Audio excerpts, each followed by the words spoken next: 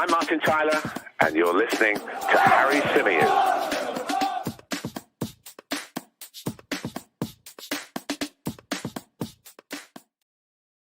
Hello and welcome back to the Chronicles of a Gooner, the Arsenal podcast, part of the 90 Min Football Network. As ever, I'm your host, Harry Symeou. Hope you're all well. Hope you've all had a good day. Another edition of the press review coming up for you a little bit later than normal, but we got there nonetheless. Big shout out to everybody joining us in the live chat at the moment. Hope you're all well. Let's say a few hellos actually before we dive into it. Let's start off with Harvey, with Halo, with Ismond. Hope you're well. How you doing? Big hello to CHHS fans who joins us from Austin. He says he looks forward to hearing a little bit about Diaby. Steve Stone, hope you're well. Henry Gooner, who says he's just got in after a day looking after his granddaughter and he needs some Chronicles. You need some relaxation, I think is what you need, mate, for sure.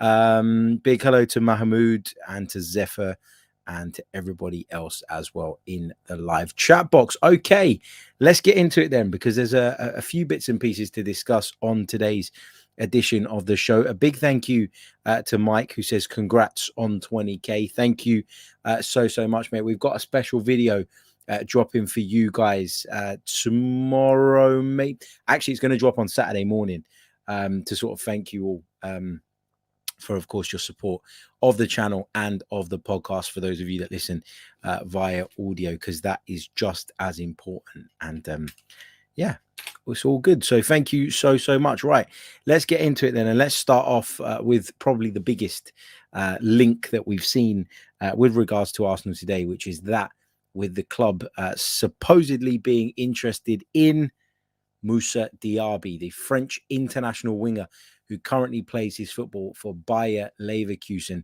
in the Bundesliga. And he's having quite the season. He's played 30 times in the German top flight this season, managing 12 goals and providing 11 assists.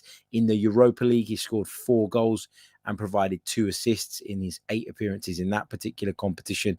And despite making 2 appearances in the DFB Pokal, which is the German Cup, he didn't manage to net in that particular trophy this season, but he's had a very good season overall. And if you look at his stats overall across the season in all the competitions, you're talking about someone with 16 goals and 13 assists in 40 appearances. So that's what, 29 direct goal contributions in 40 games. That is pretty good, isn't it? And a lot of fans of the Bundesliga tell me constantly that he's a really top player, that he's somebody who's got like a lot of potential, can go on to very good things. And as I mentioned, he's a fully fledged French international as well. He's made 5 appearances for the French national side so far. Just looking at some of his stats here and some of the performances, he tends to bag a brace from time to time, which obviously boosts those stats. He's got a couple of braces this season. He's got a hat-trick back in January against Augsburg, goals against Dortmund, goals against Stuttgart. Just having a look at 2 goals against Dortmund, in fact, 1 against Borussia Mönchengladbach. I'm always interested when I look at how many goals a player has scored to see who they've been scored against as well, because I think that makes a big difference. I think it's interesting to see whether a player is a bit of a flat track bully. There's been a lot of those over the years who have sort of padded their stats in that way, and then when it's come to the big games, people have often said, well, this guy never produces in the big moments, this guy never produces in the big games. So I do like to look at that as well. It's not the be all and end all, but it is something that I'm always curious about when looking at a player. Now, I haven't watched an awful lot of Moussa Diaby play, I've got to be completely honest. I did a commentary on Celtic's game at Bayer Leverkusen in the Europa League earlier on in the season. And that was interesting, because in that game, there were a couple of players in that Bayer Leverkusen side that impressed me. He was certainly one of them. I thought that Moussa Diaby looked lively every time he got the ball. I thought he looked a threat every time he got the ball. I thought he was the guy that you were looking at and thinking, yeah, you know, he's the man with the magic touch. He's the man with the spark. And he's the man who's able if anybody, to create something here and cause Celtic all kinds of problems. I thought he had a brilliant game that day. It was he and Florian Wirtz, the two players that caught my eye on that particular occasion. So I'm not surprised to see that he's being linked with a move away from Bayer Leverkusen, and I'm not surprised to read that Arsenal are reportedly interested. Now, where does this story come from? It comes from the German outlet Bild, who say that Arsenal are doing everything they can, or I think the term they used was pushing hard to sign Moussa Diaby from Bayer Leverkusen this summer. However, he is a player with a pretty damn hefty price tag. When you think about the fact that according to Transfermarkt, which is never normally the gospel, he is valued at just under £50 million. But reports suggest that Arsenal would need to pay in excess of €70 million to get this deal done, which amounts to something more than £60 million. Now, listen, I do think that we do need another forward in terms of someone that can play in those wide areas. I do think that we need to be able to give the likes of Bukayo Saka a bit of a breather from time to time, that we need someone who is going to produce, if not as many, but more outputs than those guys that we currently have. And I'm talking about Smith Rowe, Martinelli and Saka, if we're going to go to that next level. And it feels like Diaby is already there, but it's going to cost us an absolute fortune. And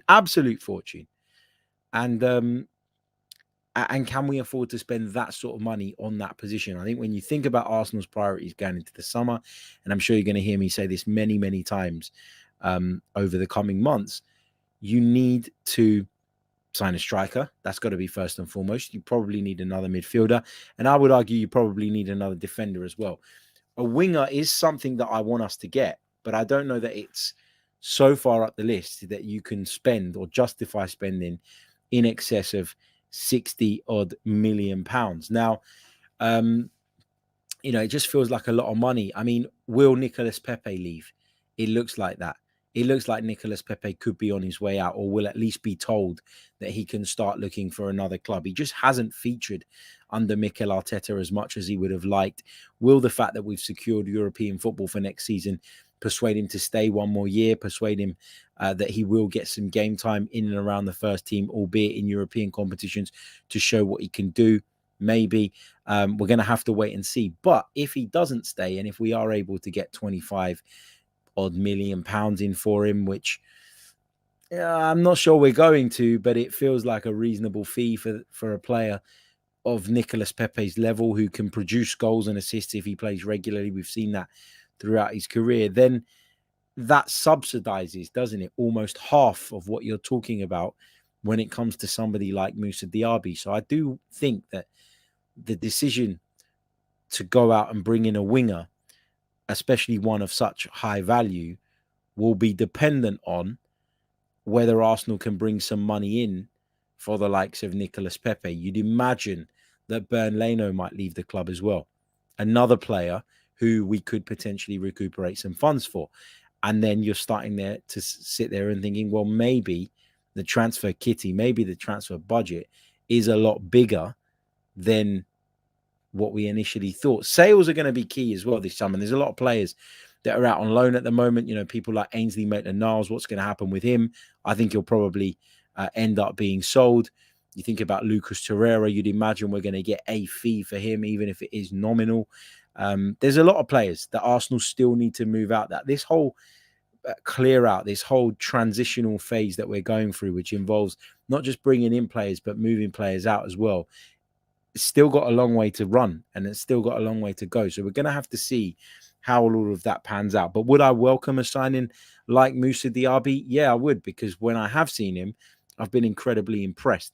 But at 65, 70 million pounds, which is what is being touted, it feels like a hell of a lot of money, unless you're going to subsidize that by, as I say, potentially moving on a Nicolas Pepe or somebody like that in order to fund it. So those are the reports from the German outlet Bild. It's not the hottest report. It's not a report that makes me sort of stand up and take notice in the way that, for example, the Gabriel Jesus one did. That is a real credible story. I think that the interest in him is genuine. And so naturally, I'm going to pay more attention to that story, and I'm going to give more emphasis to that one. I'm not quite there yet with the Moussa Diaby story. I'm not saying that it's fake. I'm not saying that it's not true. I'm not saying that there's no credence to it. There's no smoke without fire more often than not. So perhaps there is something to this, but it doesn't feel to me like it's a deal that Arsenal are anywhere near doing at this point. Now, I know that the season's not over yet. I know that plans are in place for the summer. I know that Arsenal will be working behind the scenes to try and get the ball rolling with some of their identified targets. Is Moussa Diaby one of them? I can't say he is or isn't with any real degree of certainty at the moment. What else is going around in the press today? I just wanted to bring you guys' attention to Tom Canton's brilliant piece with Nuno Tavares' former Benfica coach. If you get over onto Twitter and search for Tom Canton Media, you'll find him there, and you'll find the link to that piece where he spoke, as I say, to Nuno Tavares' coach at Benfica. They had a good chat about how he will have responded to those early substitutions that have seemingly damaged his confidence, and how he will respond to the idea of Arsenal potentially signing somebody like Aaron Hickey, another fullback who could come in this summer. Really, really interesting, fascinating insight into Nuno Tavares and what, it's always interesting, isn't it, to get the opinion of others on him. So do check it out, have a read, and let us know what you think on that. So just wanted to highlight that. There was also a piece in The Athletic talking about Granit Xhaka and his role within the group. Isn't the captain officially, isn't the captain on paper, but is certainly acting like one, according to that recent piece in The Athletic, which talks a lot about the dynamic behind the scenes. So you might want to check that out as well.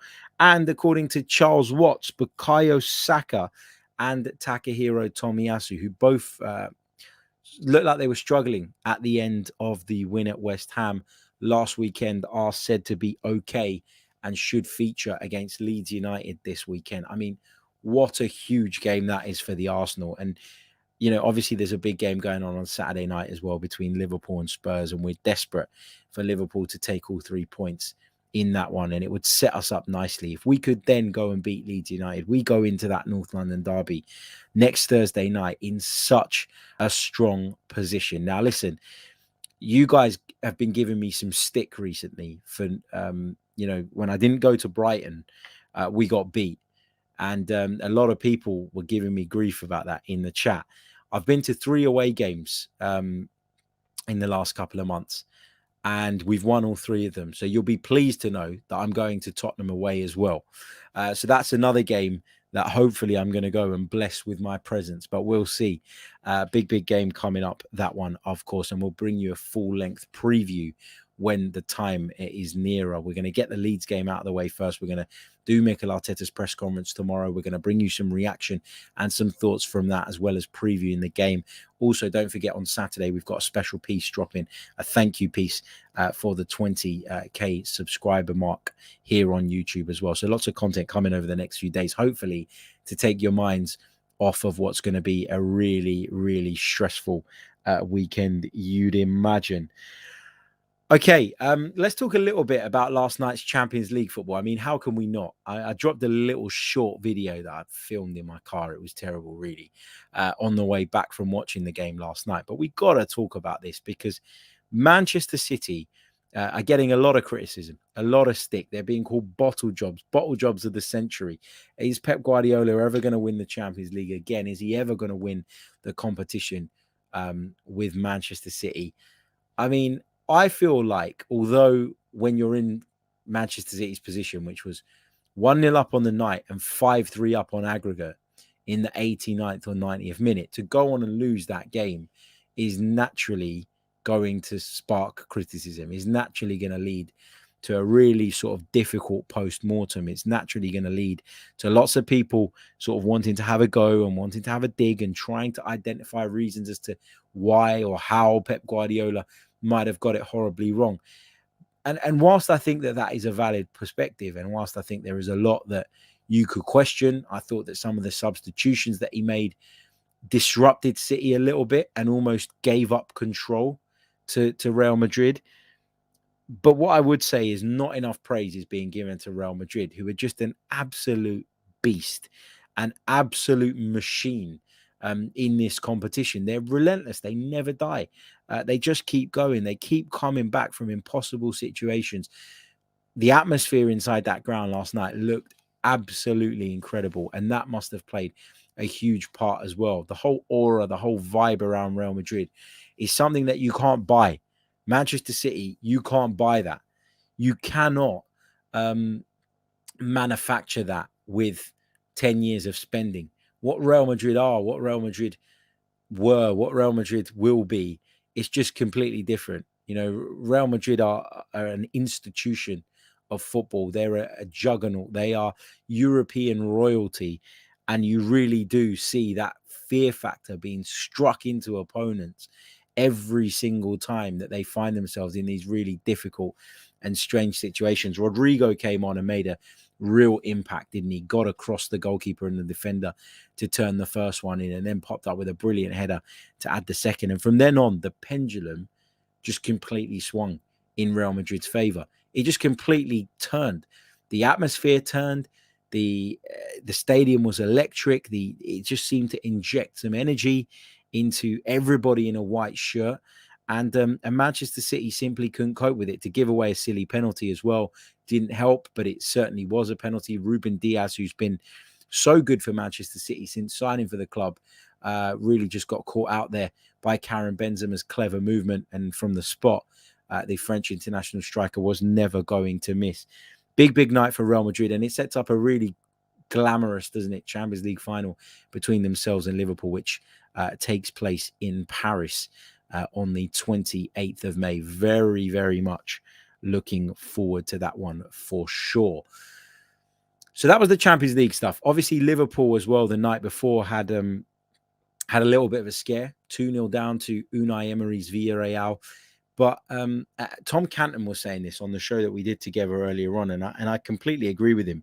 It was almost in our benefit to see Liverpool go through because of the boost it gives them and because of the fact that it doesn't mean they're dealt a blow going into what is a huge game for us and them, of course, at the weekend between themselves and Tottenham Hotspur. So, yeah, it might serve us well that Liverpool managed to get through and push through in that. Okay, look, there isn't a great deal to sort of unpick from the press about Arsenal on this edition. We talked about Moussa Diaby just briefly. As I say, if that report continues to gather pace, continues to gather wind, I'll do my due diligence on him. We'll do a little bit more research and we'll hopefully get somebody on who's an expert in the Bundesliga to give us a little bit more of a rundown on what he brings to the table. I've talked about Granit Xhaka and that piece in The Athletic, which really is complimentary of him. We've talked about Saka and Tomiyasu in the updates around their fitness, hopefully going into the game at the weekend. But one other story that I just wanted to touch on is some reports going around talking about Mikel Arteta's supposed feelings towards Reiss Nelson. Now, Reiss Nelson is a player that Arsenal fans for years and years and years have had really high hopes for. And in truth, he's never really lived up to it. You could argue he's not had the opportunities. You could argue he's not been given the chance to prove himself. But Reiss Nelson is somebody who undoubtedly has a lot of talent with the ball at his feet. He's undoubtedly someone who has the potential to go on and be a big and really important player for the club moving forward. But it's just never looked like working out. And when I saw that he had gone off to the Netherlands, to Feyenoord, to play there for the rest of the season, I thought that would probably be it for Reiss Nelson. I've got to be honest. But according to reports from multiple outlets today, Mikel Arteta has been really impressed by what he's seen from Reiss Nelson, particularly since Christmas, where he's had a lot more game time and he's been a lot more involved in the good things that the Dutch club have done. So is there a future for Reiss Nelson back at Arsenal? Perhaps there is. Now, I still think that if we want to push on to the next level and if we want to, be competitive in the Champions League, should we make it there next season and make sure that we consolidate our place in the top four next season, we need to be looking bigger and better than Reiss Nelson. There's no disrespect to him. I'm glad that he's doing well. I'm glad that, Mikel Arteta has seen something positive. But is it enough, I guess, is the question for you to go, oh, well, Reiss Nelson's an option next season. Let's bring him back then, and let's overlook the need to add further depth in those wide areas. I'm not convinced that I've seen enough from this loan spell to feel that way. Obviously, it's picked up a little bit for him, but has it picked up enough? And you've also got to think about where he's playing his football. And I don't mean this disrespectfully, but the Dutch Eredivisie is nowhere near the standard of the Premier League. And so can he translate that form that he's showing over in the Netherlands here in the Premier League? Can he translate it at a club like Arsenal? The jury's still out for me. So I still don't think and don't feel that Reiss Nelson has a particularly prosperous future ahead of him at Arsenal Football Club. I think he will go elsewhere. But it's interesting to see that he's turned it around in the second part of the season, because he wasn't getting much game time. There was criticism aimed at him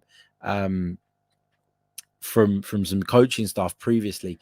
Not actually, let me rephrase that. Not specifically at him, as in to say that he's doing something wrong, but around the way he'd been coached and around the way that he'd been training at Arsenal. So it seems that it's taken him a bit of time to get adjusted, get accustomed to their ways, but he seems to be thriving from it now. So, yeah, let's see how that goes.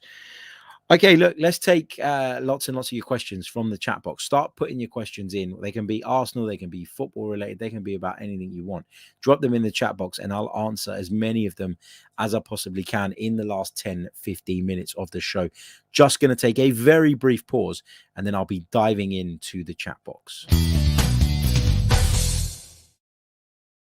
Okay, welcome back to the Chronicles of a Gooner, the Arsenal podcast, part of the 90 Min Football Network with me, Harry Symeou. We've been rummaging through the press for Arsenal-related stories.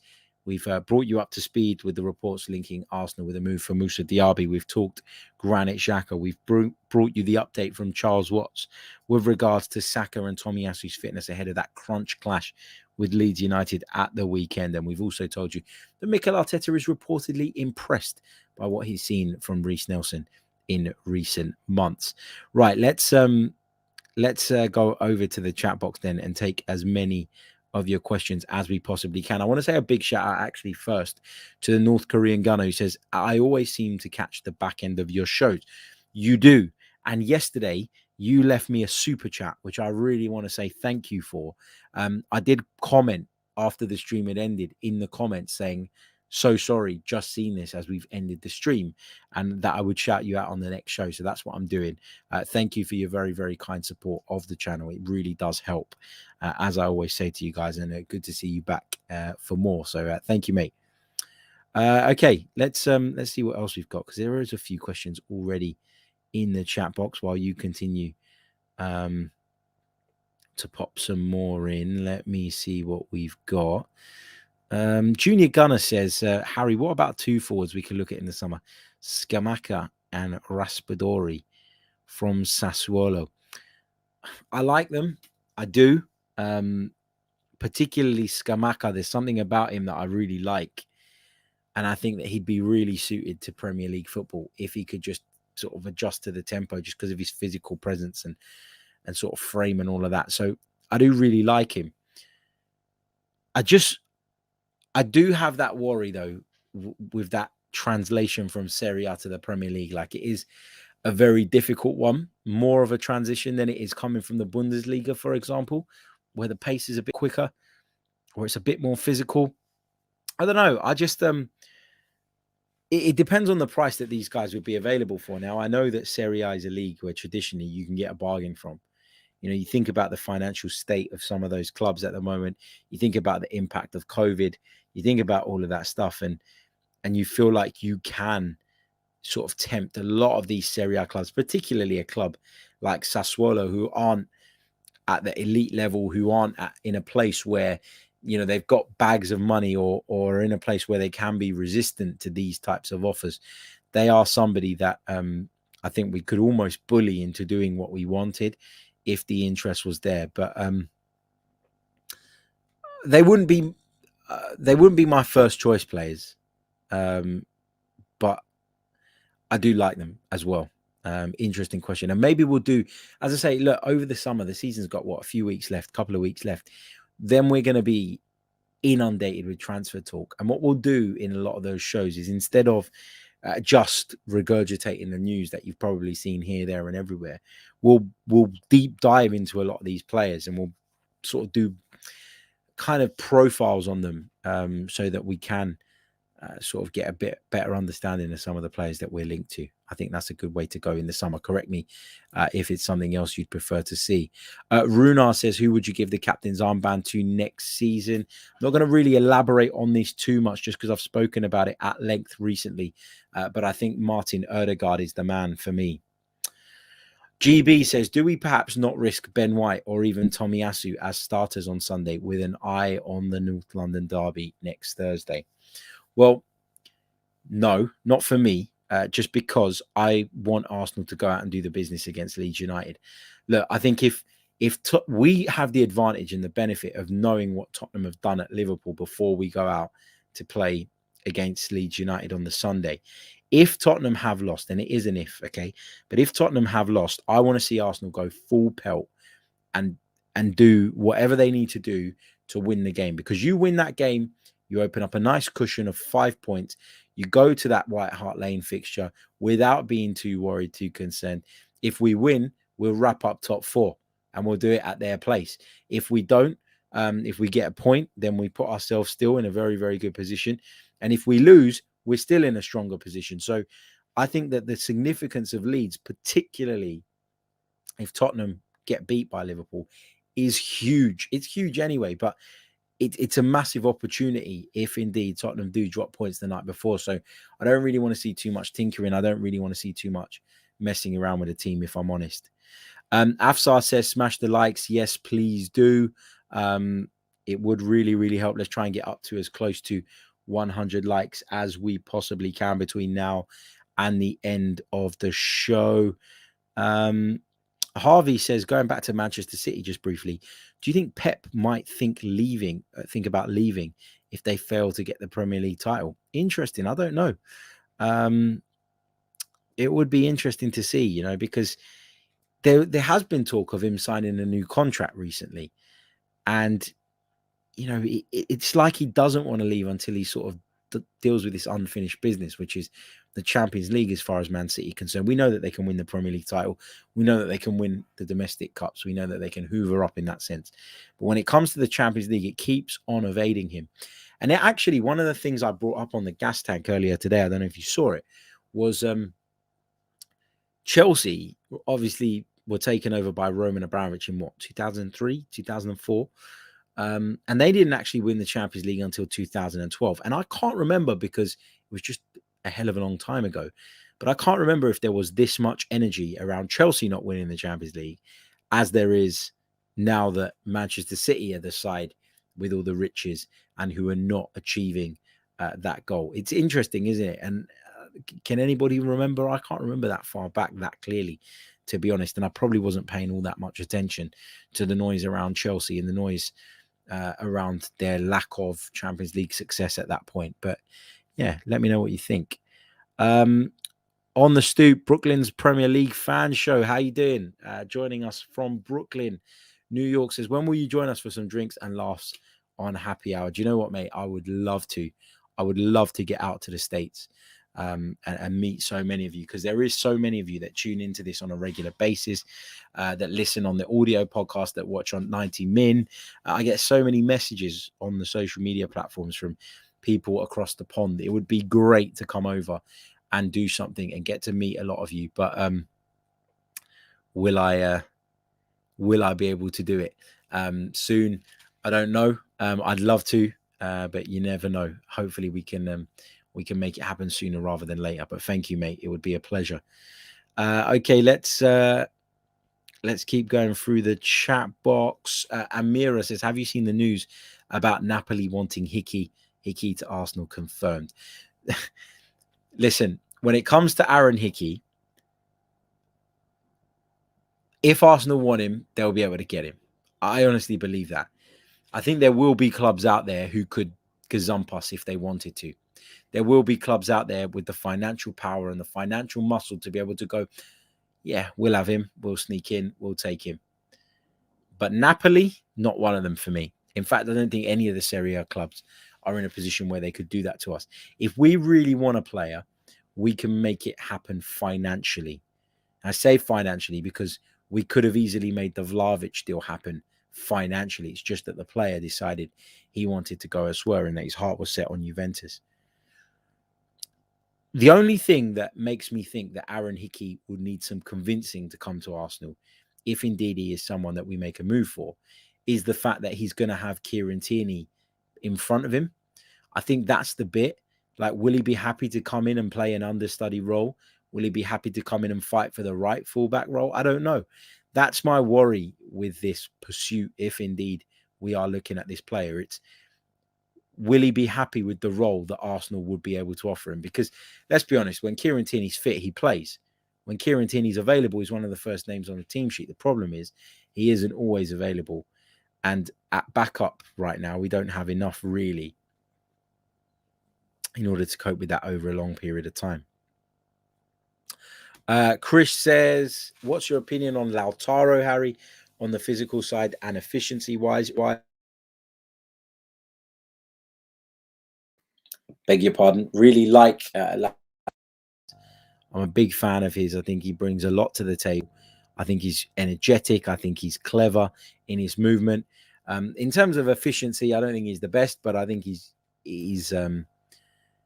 certainly got a record that doesn't, deserve to be sniffed at. I say he's not the best because I think when you watch him, you look at it statistically, right? He's got 17 league goals in 32 Serie A appearances this season, which you'd argue is very, very good, very, very respectable. But the reason I say that he could be better and there's more efficient players is because when you look at how many chances that guy creates for himself or has, you just always come away thinking he should have done more. He should have done more. He should have made this happen. He should have finished it off. And he's a little bit underwhelming in that sense, just sort of based on the eye test. Statistically, he looks great. But if you don't watch the games week in, week out, I don't think you really get that actually, although he does score and he does produce good returns, he could probably do a little bit more and become a little bit more efficient. Okay, going to take out a couple more of your questions. Gregory says, would finding we are bringing in Gakpo and Schick blow your skirt up? I've never heard that one before.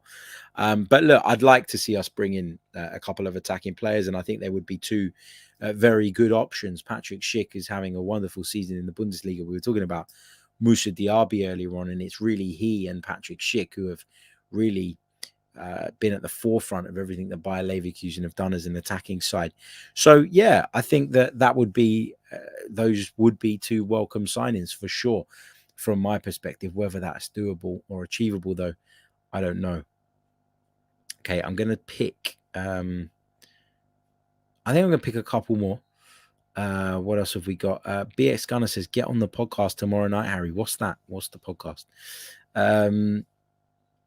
Olivier says, well, welcome to California. Oh, I'd love to go to California as well. So many places I want to visit. Hopefully in the not too distant future. Big hello to Andy Cork as well, who joins us in the chat. Oh, here we go. North Korean Gunner. Any chance of coming to watch the Florida Cup? Any of us based Gunners planning on watching Arsenal in the Florida Cup in July? Great opportunity for lots of you guys to meet each other for sure. Any chance of me coming to it? It's going to be difficult. It is going to be difficult just because got a lot of stuff on. Obviously got two young kids as well, which doesn't make it easy. And a lot of what freelance football broadcasters, journalists, whatever you want to call us, do in the summer is try and line work up for the new season.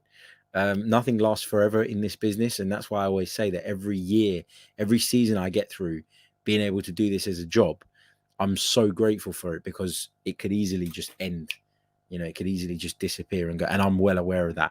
So, yeah, a lot of my summer is going to be spent trying to get things in motion, keeping the channel going, keeping the podcast going, but also sort of putting in some good, strong plans and foundations ahead of the new season. Let's just take this final question then from Olivier, who says, do we have a shot at Nunez, or is it Manchester United that are going to sign him? Well, I think we've got a shot. I think that at this moment in time, Arsenal have a good project ongoing. And I think particularly if we qualify for the CL, if we qualify, get over the line, that would make it a much easier sell to the likes of Darwin Núñez, who you'd imagine want to be playing Champions League football week in, week out. Can we offer the wages, the salary that Manchester United can? Maybe not. But Arsenal are certainly moving in the right way, whereas Manchester United are moving in the wrong way. Yes, they've appointed Erik ten Hag. Yes, they are looking to rebuild and restructure and hoping to get back to where they feel as a football club they deserve to be. But there's no guarantees that Erik ten Hag is going to be successful. There's no guarantees that he's going to get the players in that he wants, that he's going to have the control that he wants, or that anybody associated with Manchester United is going to have the patience to let him work over a number of years to get United back to where they need to be. So, yeah, of course we got a shot. I really do. And that's why I'm so keen for us to get in the Champions League. Like, I think getting back into Europe means we've done the bare minimum that we were asking of Mikel Arteta at the start of the season. So you can't call this campaign a failure. But with the door open, that opportunity to get in the Champions League feels like one we've really got to jump at for sure. Highbury Arsenal says, Harry, are you going to the game on Sunday? I am indeed. I will be there for sure. And Martin says, when's the next phone-in show? We're going to do one next week. I'm not 100% sure what day yet because it's a bit of a busy week. And of course, we've got the North London Derby on the Thursday as well. So we want to spend some time looking ahead to that. We need to spend some time reacting to the fallout of whatever happens at the weekend as well. To be confirmed. But stay tuned on the Twitter feed at Chronicles_AFC and in the community tab on the YouTube channel. And I'll keep you posted when I find a suitable slot to get that done. Do enjoy those. They're always good fun. So I look forward to chatting to some more of you next time. Okay, we're going to leave it there. Just a quick roundup on some of the headlines and some of the news stories doing the rounds with regards to the Arsenal today. Arsenal, according to Bild in Germany, are pushing and making serious moves in an attempt to sign Bayer Leverkusen's Moussa Diaby. Xhaka has been described as a de facto captain, the man working behind the scenes so effectively at Arsenal at the moment, who the club dare not give the armband to due to the threat of a public outburst from the fans if indeed he makes a mistake or something. It's a bit sad, really, isn't it? Because he's basically doing the job, but we can't give him the job because of immature fans that have nothing better to do than abuse him and make a big deal out of it. Arsenal correspondent for Gold, Charles Watts, tells us that Bukayo Saka and Takahiro Tomiyasu are both expected to be fine and will feature against Leeds United at the weekend, which is obviously good news. And we've also heard that Mikel Arteta is impressed by what he's seen of Reiss Nelson during his loan spell out at Feyenoord in the Netherlands. Right, we are going to leave it there. Thank you all so much for your participation in the chat. Thank you for subscribing. Thank you for liking the video as well. Let's try and get up to 100 likes or as close to as possible between now and the end of the stream. We'll be back tomorrow with some more Arsenal related content. Until then, take care of yourselves. Goodbye. I'm Martin Tyler, and you're listening to Harry Symeou.